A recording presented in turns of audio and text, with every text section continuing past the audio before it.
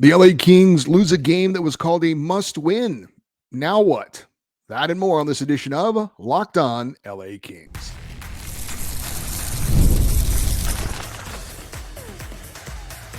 You are Locked On Kings, your daily podcast on the Los Angeles Kings, part of the Locked On Podcast Network, your team every day. Hey, Kings fans, welcome to Locked On LA Kings, part of the Locked On Podcast Network, your team every day. Thanks for making Locked On LA Kings your first listen every day. We are free and available wherever you get your podcasts and on YouTube.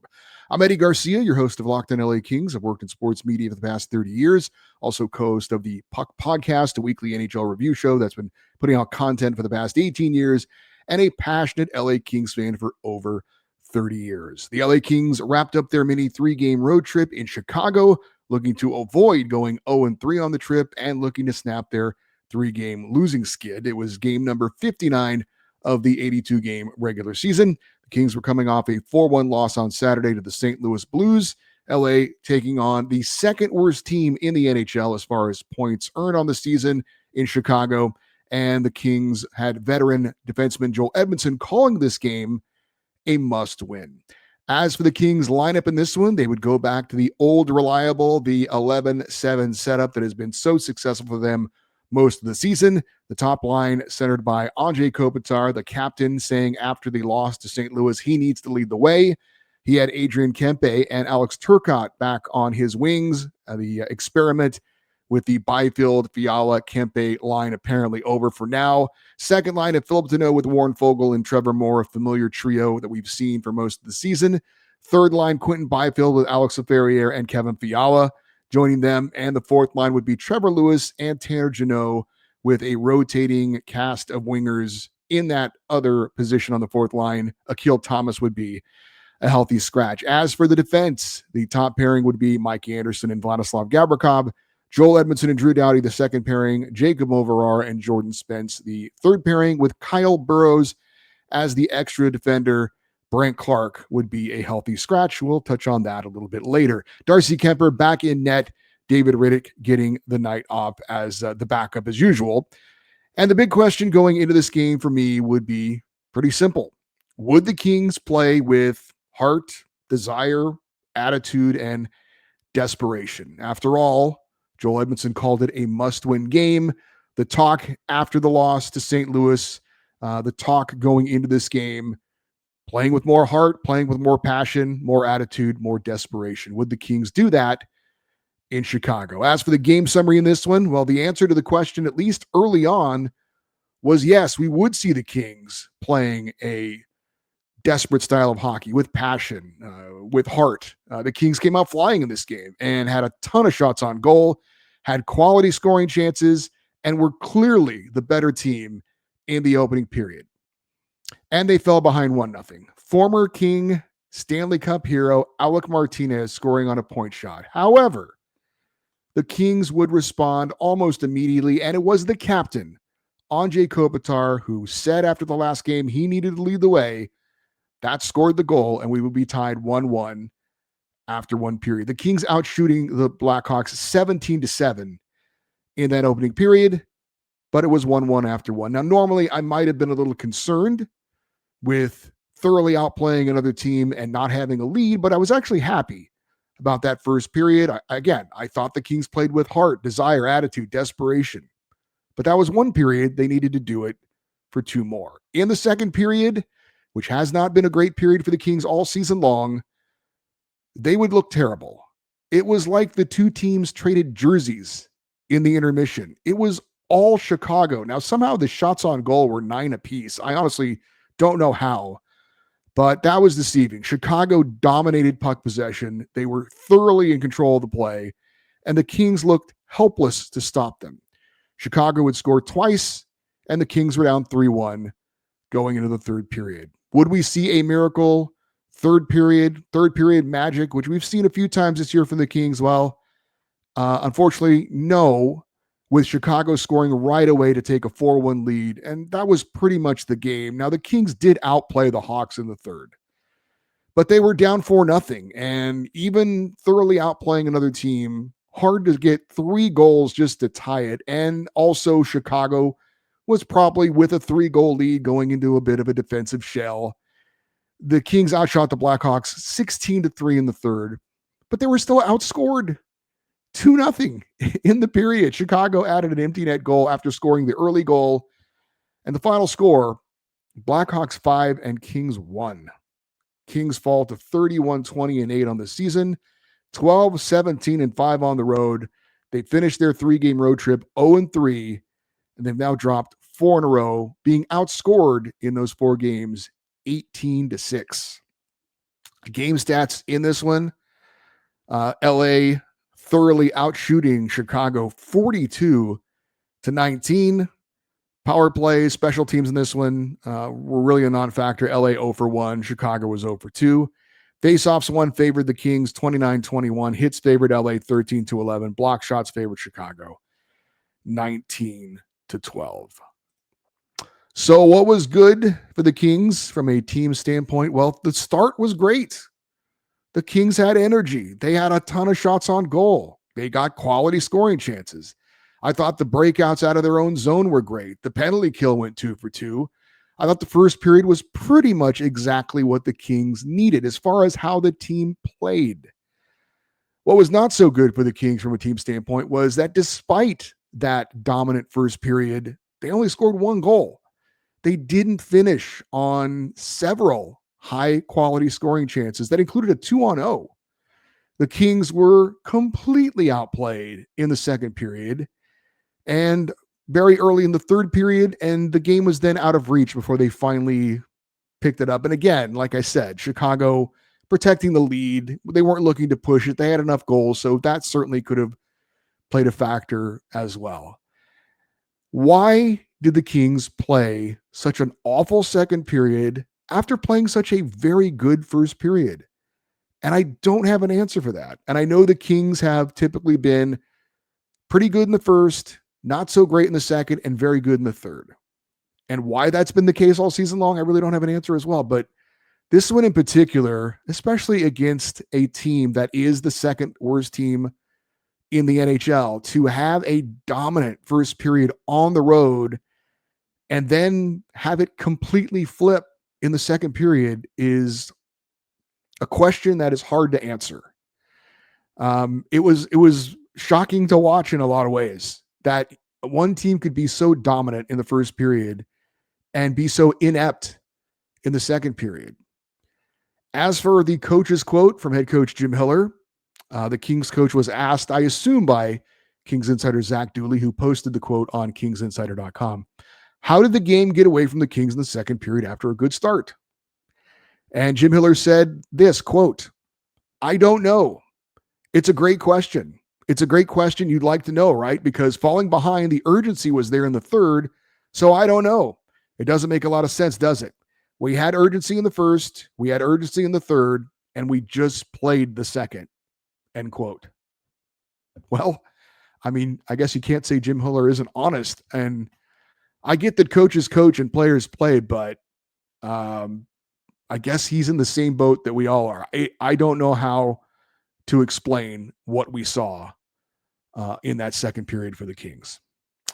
My big takeaway from this game, when I worked at Fox Sports Radio, I had a bunch of nicknames. It's a long story why, but one of the nicknames I got was the voice of reason. And I like that one because it made me sound level-headed. It made me sound like somebody who doesn't overreact to things, keep things in perspective, see the big picture. Well, I got to tell you, I'm concerned with the LA Kings right now, legitimately concerned. And look, a 4-game losing skid isn't the end of the world. We just saw the Edmonton Oilers have a 5-game losing skid. I don't know that anyone is sounding the alarm buttons in Edmonton. I don't know. Maybe they are, but I doubt it. And you see teams go through these things like this a few times a year. The Kings have been through it before. But losing to the Blackhawks after a couple of tough losses where the team was saying all the right things about how they had to play the next game and even going so far as calling it a must win, and then to go out and play like that. I'm concerned. And I don't have an answer for it. And that's concerning. So again, the Kings are saying all the right things going into this game and how they had to respond. And they did it for one period. And then they sleptwalked through the second period. They fell behind against a hot goalie making his debut for a new team. I will give credit to the goaltender for the Blackhawks, Spencer Knight. He just got traded to the team, wanted to come up with a big game, and he did. He did.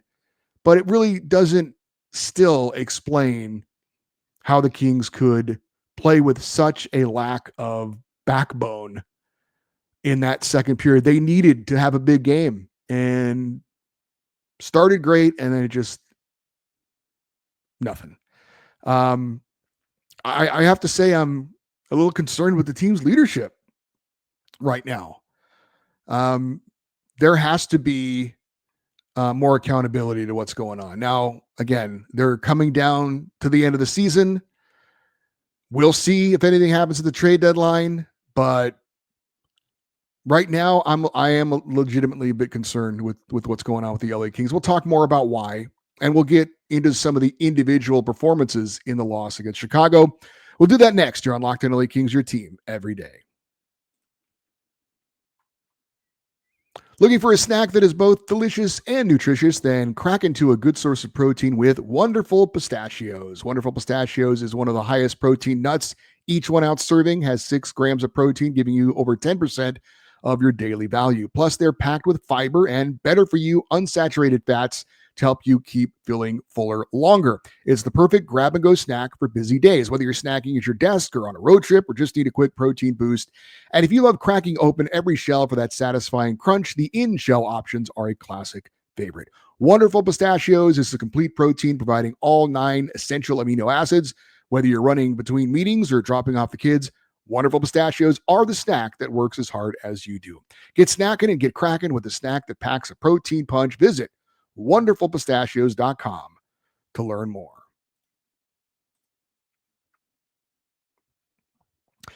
Well, let's talk about some of the individual performances in the loss to Chicago. And we normally always start with the goalie, but we're not going to do that. We're going to start with the guys wearing the letters on their sweaters. The captain, Anze Kopitar, he said he needed to be better. He said he needed to lead, and he was right. And he did for a period. Team fell behind 1-0. Kopi then stepped up and scored immediately. Exactly the response you would want from a team leader, from the captain. But he didn't step up the rest of the way. You need your leaders to be better than just one period. They need to be leaders for the entire game. He wasn't. And he also didn't get any help from anybody else. The alternate captains, Drew Doughty, nothing big from him. The alternate captain, Philip Deneau, nothing big from him as far as the on-ice performance. I take notes when I'm watching the game. And in the middle of the second period, I wrote down in big, bold letters, who is going to step up and do something to get this team going? And unfortunately, the answer was no one. Not the guys wearing the letters, not the Kings' 2 best offensive players, Adrian Kempe and Kevin Fiala, not the guy that was an absolute force in the opening period. Warren Foegele was everywhere in that first period. He had 5 shots on goal in the opening period. He had multiple scoring opportunities, and then he was unheard from for the rest of the game. Nobody stepped up to make a play in the second period. Again, now Spencer Knight was good for the Blackhawks. I'll give him credit, but the Kings just didn't show up in that second period, and nobody stepped up to try and make a difference. Nobody. All right, let's get to the Kings goaltender. While Darcy Kemper certainly wasn't good enough, I didn't think he was as bad as the rest of the team. The first goal was from way out. Alec Martinez, we talked about it, former King, a shot from just inside the blue line. Kemper was screened. The shot went right between 2 Kings defenders and into the net. Now, you hate to see a shot go in from that far out, and it didn't get deflected, but he didn't see it. It goes in. It's not the greatest goal in the world, but there was a reason for it. Kemper did have a very big save right after that, Quentin Byfield had a terrible giveaway, and Connor Bedard, the Blackhawks young star, was in all alone, and Kemper absolutely robbed him. So that was one he completely kept out of the net that probably should have been scored. The second goal that Kemper allowed was a rare overplay by the Kings in their own zone. Players got bunched up in the corner. A shot came from the corner, went into the front of the net. There was a wide open player. Kemper made the save on that shot. But then the rebound went right to a Hawks player, and there were too many Kings just kind of standing around watching, and they didn't react, and he scored. That made it 2-1. The third goal goes off of the skate of Kings defenseman Jacob Overard in the net on a pass that was going through the crease. Obviously, that's not Darcy Kemper's fault, and it's completely bad luck for the Kings, good luck for the Hawks. That made it 3-1, and we kind of talked about it, and it's been a part of the story for the Kings during this 3-game road trip. Not getting a lot of luck, but as I've said, sometimes you make your own luck, right? Certain hustle plays, getting to pucks, winning battles in the corners to get a lucky shot on net where you get a fortunate rebound or a fortunate bounce or something goes off somebody's skate. You make your own luck, and the Kings have not been making their own luck so far. The fourth goal, Kings win a face-off in their own zone. Jacob Overard then immediately turns it over. There's a pass in front to a Chicago player who's wide open in front of the net. That makes it 4-1. That's hard to blame Darcy Kemper on that one. So, and the final goal was an empty net goal. He wasn't in for that one. So 2 of the goals allowed to me were poor defense by his teammates. One of them was completely bad luck. And the first one, way out through a screen. Okay, I'll put that one on Kemper, I suppose. But in the end, Darcy Kemper was not the reason why the Kings lost this game. The goaltending wasn't, atrocious. Now, to be fair, if you were going to say who was the best goalie on the ice, it was not Darcy Kemper. It was the guy in the other net, Spencer Knight. But still, I didn't think Darcy Kemper played that poorly. I did want to talk about Brandt Clarke. He was a healthy scratch. And I will say, I really don't understand a lot of the hand-wringing going over Brandt Clarke not playing. Now, that was if the Kings were playing with 6 defensemen. Jordan Spence has been playing better than Brandt Clarke for a while now. That wasn't the case at the start of the year. Brandt Clarke started great, was playing well. Spence was not. But sometime around the middle of the season, that changed. Brandt Clarke has been not as good as Jordan Spence, and it's simply a case of a player who's playing better than another player, and that's why he's getting the playing time. That having been said, if the Kings are going 11-7 with the 7 defensemen, Brandt Clarke should be the 7th defenseman, not Kyle Burroughs. Now, I know he's still not going to get a lot of the ice time that a lot of fans apparently want him to get, but he still should. I mean, I can't defend Jim Hiller on that one. I can defend him over playing Jordan Spence over Brandt Clarke because, again, Jordan Spence is just playing better than Brandt Clarke right now. That's just sports. Now, Brandt Clarke is clearly a more important investment, commodity, whatever you want to call him, prospect for the Kings long-term than Jordan Spence is. But right now, in the here and now, with Brandt Clarke basically being a rookie, and again, Jordan Spence is playing better. I don't have an issue with Jordan Spence playing over Brandt Clarke. Now, down the road, there'll be a different story at some point, you would think. But for now, it's not an issue. However, like I said, if they're going to have 7 defensemen not playing Brandt Clarke over Kyle Burroughs, I can't defend that. I don't understand that. Brandt Clarke should be in over Kyle Burroughs. Now, you can then probably complain he's only going to get 5 minutes of ice time, but still, 5 minutes of ice time, I think for Brandt Clarke is better than no ice time. So, yeah, I can't defend that. I believe Brandt Clarke, if you're going to have 7 defensemen, he should at least be the 7th defenseman. So I'm not sure what that decision is all about. Real quick check of the team stats in the loss to Chicago. Somehow Joel Edmondson was a +1 in this game, playing 19 minutes and 23 seconds. I don't know how he pulled that off, but good for him. 7 Kings players were a -2. Kevin Fiala had 8 shots on goal to lead the team. Quentin Byfield had 3 hits. Mikey Anderson was the only Kings defenseman that recorded a hit in the game. He had 1. Drew Doughty and Alex Ferrier each had 2 block shots, and Drew Doughty led the Kings in ice time with 24 minutes and 6 seconds.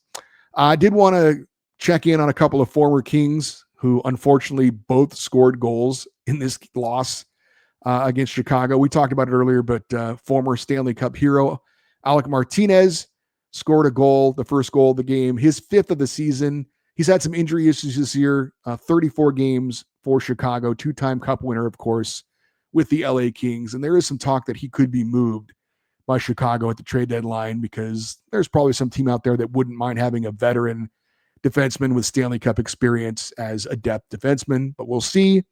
Of course, Marty played his first 11 seasons of the NHL with the Kings after they selected him in the 4th round back in 2007. It looks disgusting to me to have Alec Martinez in that Blackhawks jersey. I got to be honest. That's a sight I have not gotten used to. And how about Andreas Athanasiou? Greece Lightning scored his first goal of the season against the Kings. He's had even more injury issues than Martinez. He's only played 7 games this year, but Athanasiou played 2 years for the Kings back in 2020-21 and 21-22.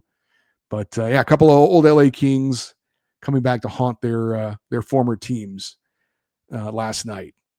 Up next, where do the Kings go from here? That's next on Locked On LA Kings, your team every day. Well, the NBA action is just getting started, and there's no better place to get in on that action than FanDuel, America's #1 sportsbook. With FanDuel, you can place live bets throughout the game.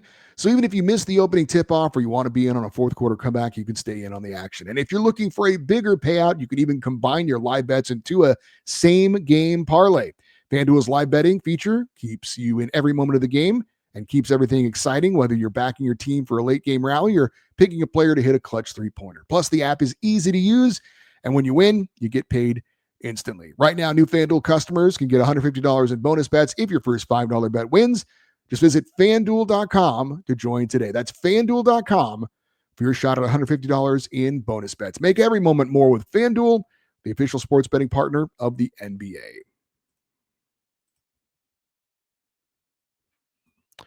Well, we talked a lot about it on Monday's show. The NHL trade deadline is this Friday, 3 p.m. Eastern time.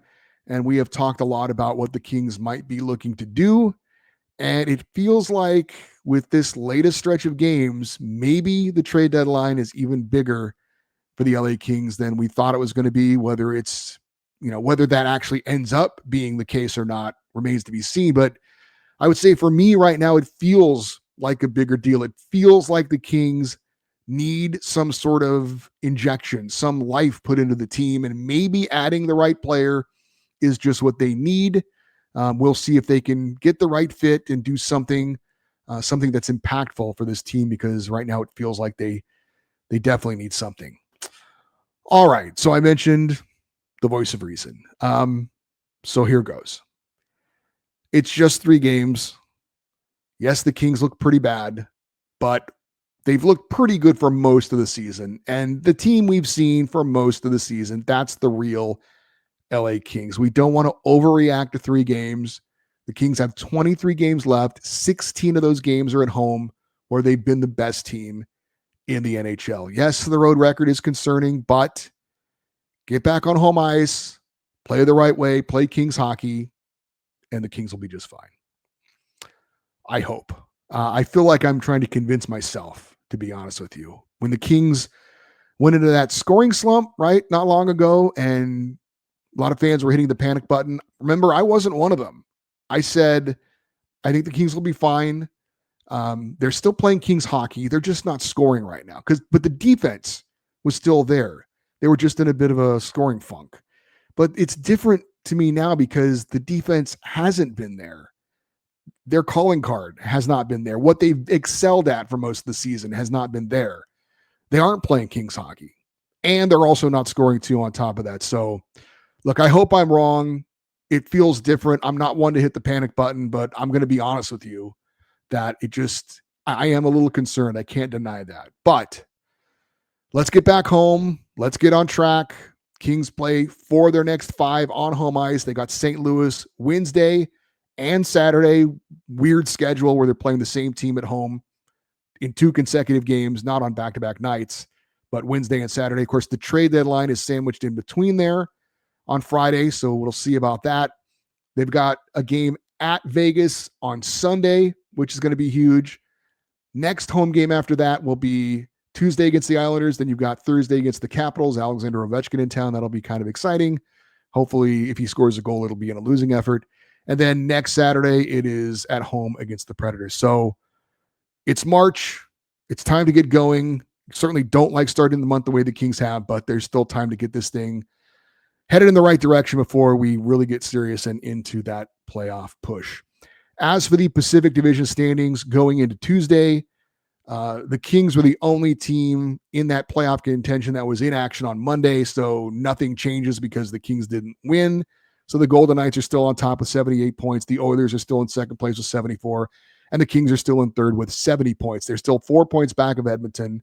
And now, though, they just have one game in hand on both the Golden Knights and the Oilers. Coming up on Tuesday, only Edmonton will be in action as far as the top 3 teams in the Pacific. They're going to be hosting the Ducks. Go Ducks. Yeah. LA still has a 5-point lead over the Canucks and Flames, who are tied for the final wildcard spot in the West. They both have 65 points.